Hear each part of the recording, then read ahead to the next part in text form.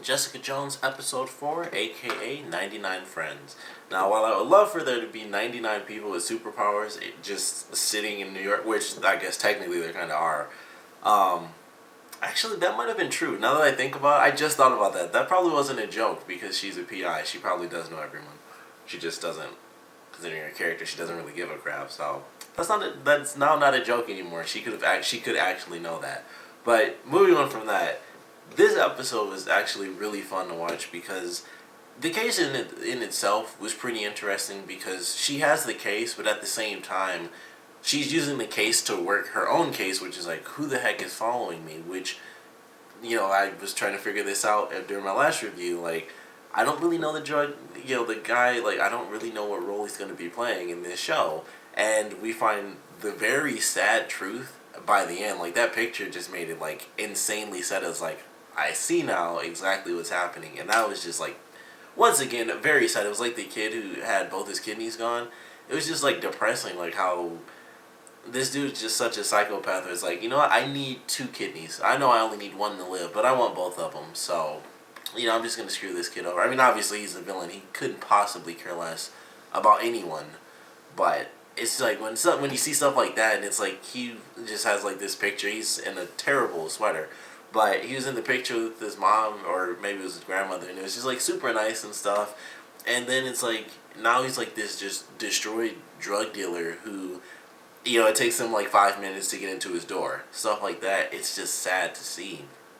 And that's what makes this villain, that's what makes Kilgrave even more of a dick than he already was simply from the first episode when we heard about him.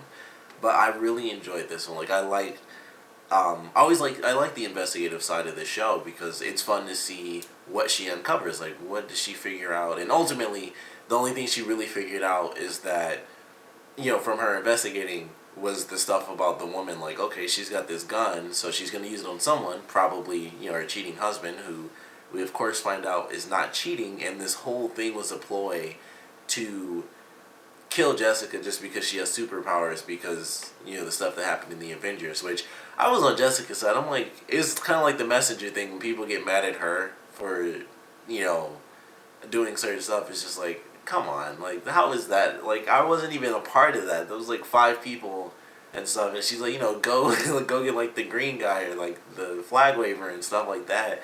And it's like, that has nothing to do with her just because she has powers.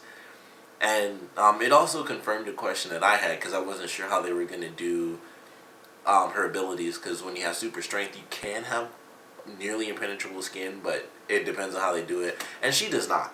At least not as far as guns go. She does not have like impenetrable skin. So that question got answered real fast when she got shot in the arm. She did, of course, deal with the two of them real quick, and it was pretty simple how she did it. And she's just kind of venting out her frustration, which I enjoy. Like, she's just breaking everything around the room, but she's not hurting them, which was pretty interesting. And, she takes the gun and she just whips it. I love that part when she just whipped the gun and it like flew through the wall and it just vanished. So it was just gone. I kind of like that. I thought it just looked really cool. Just like, boom, it's gone. And then she's just lifting radiators and flipping the bed and just, breaking the mirror. She's just letting out all this frustration that she has, which is built up now compared to the frustration she most likely already had just living her normal life, and now the whole Kilgrave crap is happening. But it was a pretty cool little scene, and then she just takes off. Those two are like super scared. The husband's just like, I want a divorce. Like, this is a bad idea. So I really enjoyed that. I did like that case and how it ended up being something totally different, where it was just a trap to get the woman, to get Jessica killed, because we find out that the guy that she summoned in the first episode, whose car she lifted, he's talking with his wife and everything, and it's like, oh, someone who has superpowers, I can go to her and get a case and actually kill those people. So that was actually pretty interesting. It was kind of smart on her side. Also stupid because it's like someone has super strength and stuff, and also just everything. Like, I know, like, she gave her story about her mother dying and everything, and the Avengers doing everything like that, but even just blaming the Avengers, it's the same thing. It's like, well, I know the Avengers caused a lot of destruction and stuff, of course. The second movie, yeah, that was just them blowing up stuff. But the first movie, that was actually an alien invasion that they were fighting back against. So that wasn't just them rampaging through the city or anything. And it's just like, man, I know how you can look at it, but it's almost like no one blames the invading alien army that came through a dimensional portal and, dropped right on Earth. It was like no one seems to blame them. It's always like, oh, the Avengers did this and the Avengers did that. It's like, they were fighting like an evil robot in the full army of aliens, right? Like, everyone's just like, it's those guys, like the ones that are actually, I know they're destroying everything, but it's like, we'd all be dead if they weren't. So it's just like, it's always funny to me when I hear people talk about that. It's like, they were fighting against stuff and not just like playing tag, right? Like, it's always interesting. But I enjoyed that we get a couple of people, we get sort of, even though Jessica doesn't want to call it that, we do get like a support group for people that have been controlled by Kilgrave. And once again, very sad story by the dude at the end who she got the information from, because he left his son just on the road because Kilgrave, he hops in his car and he's like, you know what? You want to leave your son, don't you? So he puts his son out and he vanishes for a week. And he has child endangerment. He lost his whole family. His wife left him, of course. Like he said, you can't blame her because she doesn't know. And it's just sad. It's like, man, he destroyed this guy's life in an insane way. Like, his son could have been killed. Like, fortunately, because I'm assuming, at least through the child endangerment thing, his son was found, hopefully. And it's just like, that is insanely depressing how he did that. And we've seen how he treats kids. So I thought he was just going to flat out say, like, you want to kill your son, to be totally honest. I thought he was going to say, like, choke your son to death or something. But at least it wasn't that bad. But it was crazy to hear that story. And we have the other people, like the one who was playing, I believe, the cello, until she messed up. And it looked like he, like, either broke her fingers or he just cut her fingers up because she had bandages on her whole hand. So she messed up, and it's just like, all right, you can't do it 100%, then I'm going to screw you, I'm going to mess you up for life or something.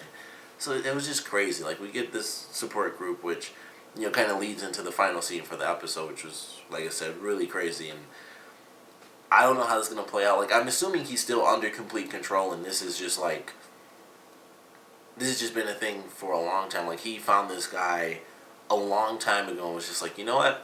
This is the person I'm going to ruin at random, maybe. And that was pretty much it. Or maybe he did live there. Maybe he lived there and he knew, like, okay, Jessica has this place right next to this guy. And that could have just been the first guy he knew that was on her floor. And that was how he did it. Just like, all right, hey, it's going to be you this time. And that's what kind of, set things in motion. But that really sucks. Like, it's messed up. So I'm looking forward to seeing exactly what's going to happen in the next episode. I don't know if he's going to be sober, because in the picture, in the video that they did with the footage, it looked like he was okay. So I don't know if him being on drugs is kind of like, he's not even actually on drugs, maybe, and that's just a part of the control. Like, whenever, although granted, he was totally messed up when Jessica walked to him when he had the argument with the guy on the bike. So it's probably just like, be a drug dealer and this and that, but every day, it was like every Tuesday or Wednesday, whatever, at 10:30, be sober. Like, that's the only time you're allowed to be sober. And since it's mental, it's just like, all right, I'm sober now, so everything works out fine. But looking forward to the conclusion to this in the next episode. The cop had a lot. The cop from the last episode, he had a lot in this one, which I thought was really good. And he has this drive to figure out what the heck happened with Trish. And so it's like, he has like the battering ram and everything. And when I first saw it, I didn't think Kilgrave sent him back. I thought it was like, okay, he knows that he didn't kill this woman. So it, kind of reactivated. Because I was wondering if his powers would work that way. But we do kind of get a bit of an explanation from Jessica in this one. That aside from distance, which they talk about in the very first one, his powers last for, at max, 12 hours. That's the longest she's ever seen. So I thought his powers may have just come back during that scene. But it turns out that he wasn't sent. It was just that he's trying to figure out what happened, like what is going on. So we got some pretty interesting stuff between him and Trish in this episode. And the ending scene when he gives her the gun and they're talking between the door, I thought was really cool, and they have the story. And so she becomes more comfortable because she knew that it wasn't him from the beginning, but that doesn't change the fact that he was the one that was there and that was physically doing that to her. So I completely understand how she had such reservations. But it was nice to see them have this, interesting conversation, and then she does eventually let him in by the end of the episode. And I thought that was cool, and they're gonna... I don't know if they'll end up doing the whole relationship thing with them. That kind of seems like that's how they're kind of playing it, but I think it's pretty cool. Something I was worried about for a second, when they were panning down, and like they show her gun on top of the table, I thought they were gonna pan down underneath and he'd have a gun on her, and I was really freaked out. And then it kind of cut to Jessica walking. I was like, oh, thank goodness, because I really thought that would kind of confirm that his power, that Kilgrave's power does kind of work that way. It's like if you find out that you didn't complete the mission, then it kind of works its way back into your mind, and then you have to go do it. And that was just like the subtle way of doing it or something. But I was glad it cut away, because that really freaked me out. I was like, they're gonna pan under this table, and he's gonna have a gun on her. I don't know why he would have waited to kill her or anything, but that's what I thought was happening was about to happen. And then it cut, and I was like, oh, thank goodness. That was like that really calmed me down from like pan, because that's just how that pan works. Over the table, secret little hidden thing under the table, and I thought we were about to get a second gun, but fortunately everything worked out there. Certainly enjoyed the ending. Like I said, nice little surprise there, and I really just don't know what to expect. This episode had a few surprises. The fact that the whole case was kind of fake and it was just to kill Jessica was a huge twist, and then just her little rampage. And then, of course, the very ending was a big surprise, and even getting the information from the little support group, which he totally went across at random. It was just like, oh, hey, there's that support group that I happen to be talking about on the phone right now. So, yeah, it was just pretty interesting. It was a good episode. They did focus a little bit on Jerry in this episode, which I haven't talked about her, because I noticed it in the first episode, but that's Carrie-Anne Moss from The Matrix, so that was kind of cool to see her in this. I just hadn't mentioned it until now. But her storyline seems pretty interesting, and it's been fairly important, because they had Jessica go to her in the last episode, go to her wife, or ex-wife at this point, to get whatever the drug was. I'm just going to call it the anesthesia. So it's been fairly important, and they've kind of done it in and out. And then in this one, it was kind of messed up that she took the girl to the place where she proposed, and then it was like, like you don't have the right to every restaurant we've ever been to. It was like, no, but the one that you proposed to me at, and it was like, oh, well, I was on the girl's side too. I was like, man, you just, I mean, good food, but dang, that's messed up. No one wants to hear that, It's like, that's just not what you want to hear. So I was surprised to hear that one too. I was like, oof, that's not great. So it's gonna have a role for sure, and it's already playing a part, because Jerry talks about how she knows all of her ex-wife's secrets, but her ex-wife doesn't know all of her secrets. So she wants Jessica to follow her and kind of get some information.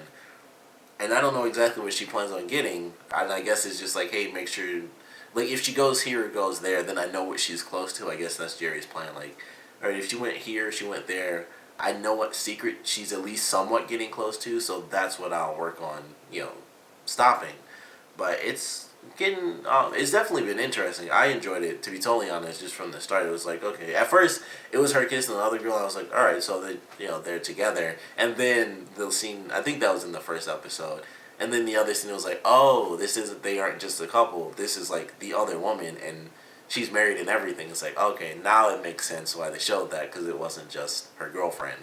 It's like, well, it's like her side girlfriend, but she also has a wife. So I've enjoyed it from the beginning. It's definitely gotten more important now, because she's obviously important as far as giving Jessica certain clients and things like that, and them sort of working together. They have like the weirdest working relationship ever, but she's been important from the beginning, and now it's like we just see her side story. And I don't know if something bad's gonna happen between those three characters as far as Kilgrave goes, but that's all I keep thinking about. Whenever anyone comes into it, it's like, I feel like they're gonna get controlled at some point, and I don't know if the cop is safe just because he's been controlled. He's the only one that I feel sort of safe with, and Jessica, I think, is gonna get controlled at some point, and she's gonna have to fight it. But we'll just have to wait and see. Who knows what's gonna happen? And now we have the reveal of someone who's been controlled for quite some time now, and I just don't know what to even think of that. So I'm looking forward to this next episode. Probably gonna end up watching it right now, because I'm just watching them all in order.